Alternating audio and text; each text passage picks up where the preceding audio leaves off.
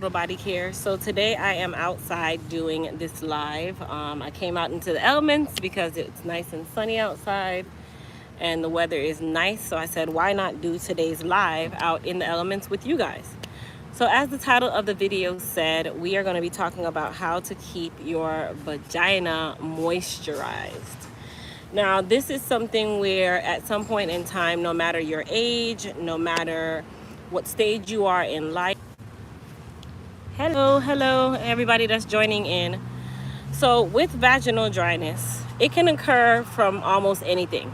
It can be from medication, it can be from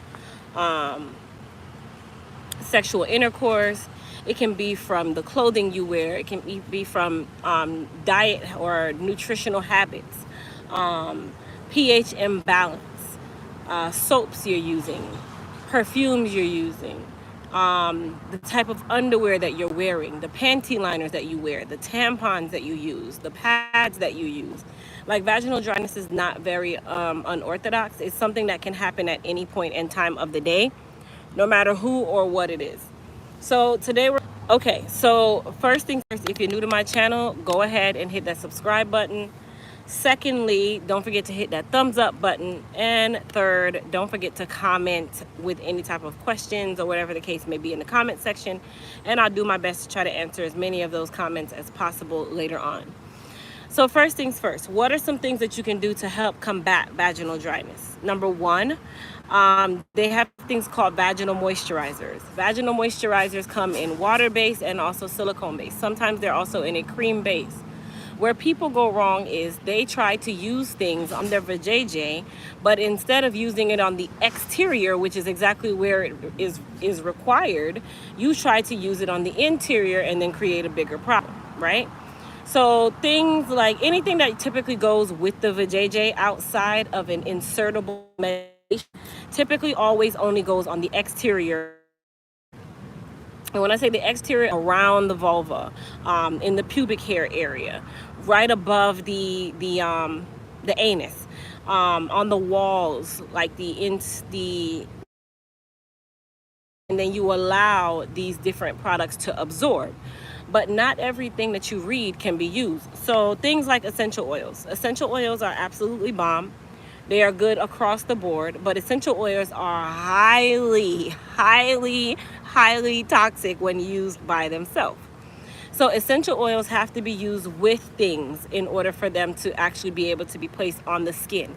So if you place essential oil on the skin in its raw form, you run the risk of having some sort of reaction, whether it be allergic reaction or whether it be a chemical burn, because it's that concentrated, right? So with essential oils, you for lubricating the vagina, moisturizing the vagina. Tea tree is actually a very good essential oil for the AJ, but tea tree is also one of those things where it always has an adverse reaction. While it helps to fight fungus and it helps to keep the vagina moisturized, it also serves as an antiseptic and has antibiotic properties. It can also be very drying on the back end. So if you guys have ever seen, like, when you use like medicated shampoo on the hair, it does the job. It makes the scalp feel so amazing right then and there. But about a couple hours later, now the scalp is back to feeling nice and dry because tea tree, peppermint, menthol, all these different things, eucalyptus oil, all of them have very drying properties too. So that's another reason why I said typically if you're going to do essential oils have to be mixed with a carrier and extremely diluted, especially when you're dealing with the vaginal area. Another thing that you can use to moisturize the vagina, water-based lube. Lube is sold at any one of your drugstores. Most lubes or lubricants are water-based, and then they also have silicone-based lubes.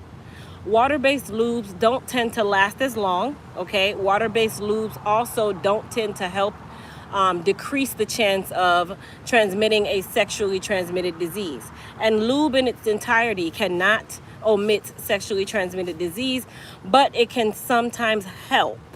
But there's no proven fact that lube will help you diminish or stop you from getting a sexually transmitted disease. So silicone-based lube is known to last a lot longer. Keep in mind, it is still a silicone base, And silicone-based lubes, you typically have to wash them off with water and soap because they do not come off easily. Lube is just like putting water anywhere else. It will slightly dissipate in different areas, and it will be easy to go to get rid of it. But as silicone-based lube, it's not as easy to get rid of it, and you do have to use soap and water. You do have to clean the area really, really well in order for you to get that lube off. So water-based or silicone-based lube definitely are good moisturizers, but they are what we call artificial moisturizers, you guys. So anything that is artificial, you don't want to do too much at one time. Another one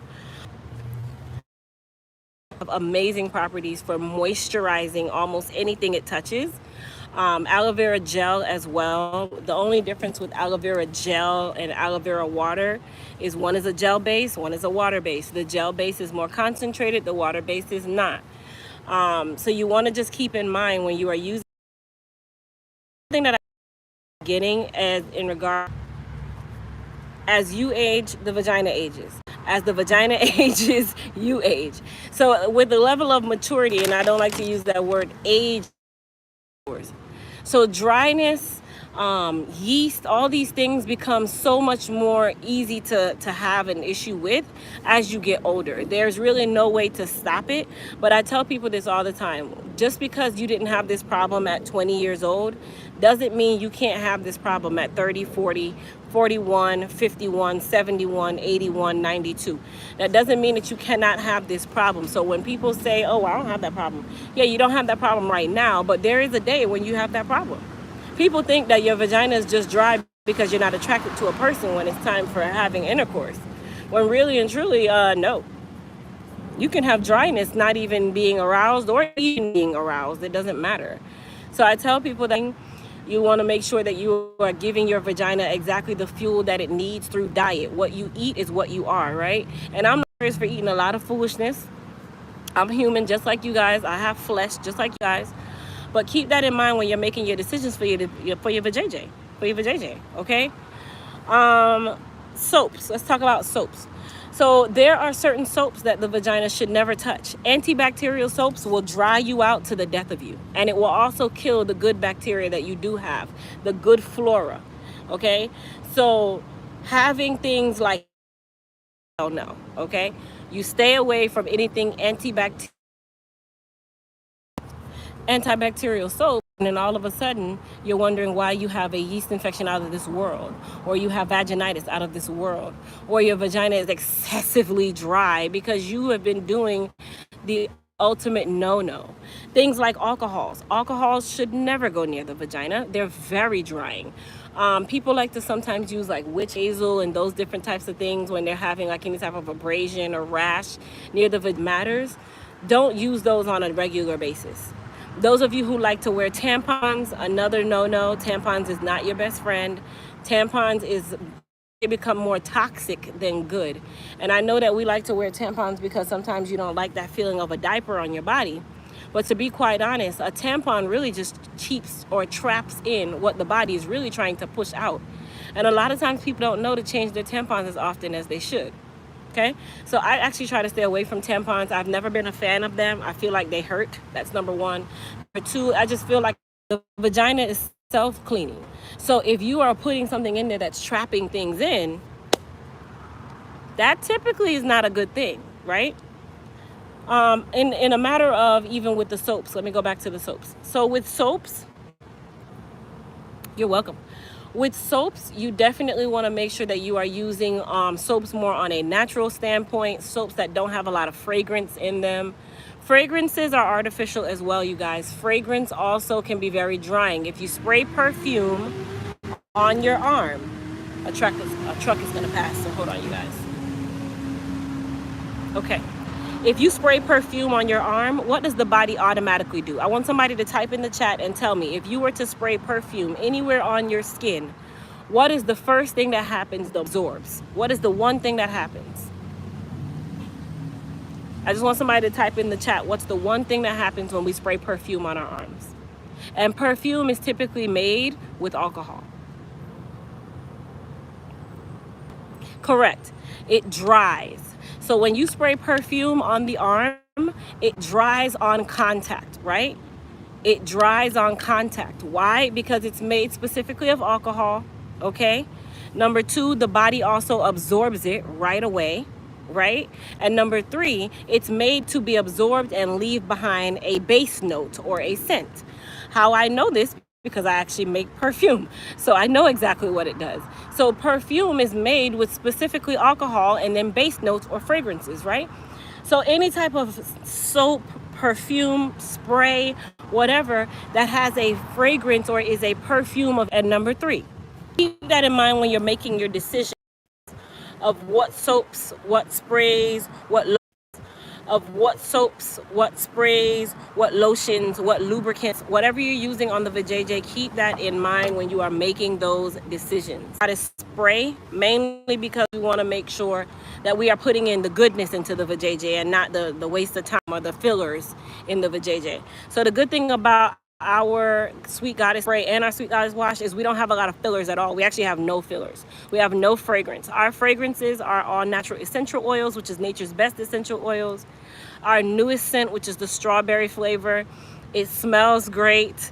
It leaves the vajayjay feeling great. It overpowers any form of odor, right? But it keeps the vajayjay nice and moist. It's made up of mostly aloe vera water or aloe vera juice, whichever one you want to call it. And both of them are external use only. You never put anything inside the vagina. It never requires you to put anything inside the vagina, not even your fingers, okay? Your fingers shouldn't even be in there. So keep that in mind, you guys, when you guys are making your decisions for your vajayjay. And like I said, I hope this video was of goodness for you guys. It gave you a lot of good deets on the vagina. Check me back again, because you guys know I love talking about the vajayjay. That's my thing. And I'll see you guys in the next video. Don't forget to also visit EliteTotalBodyCare.com or EliteHairCare.com for all your vagina and body care products. Peace.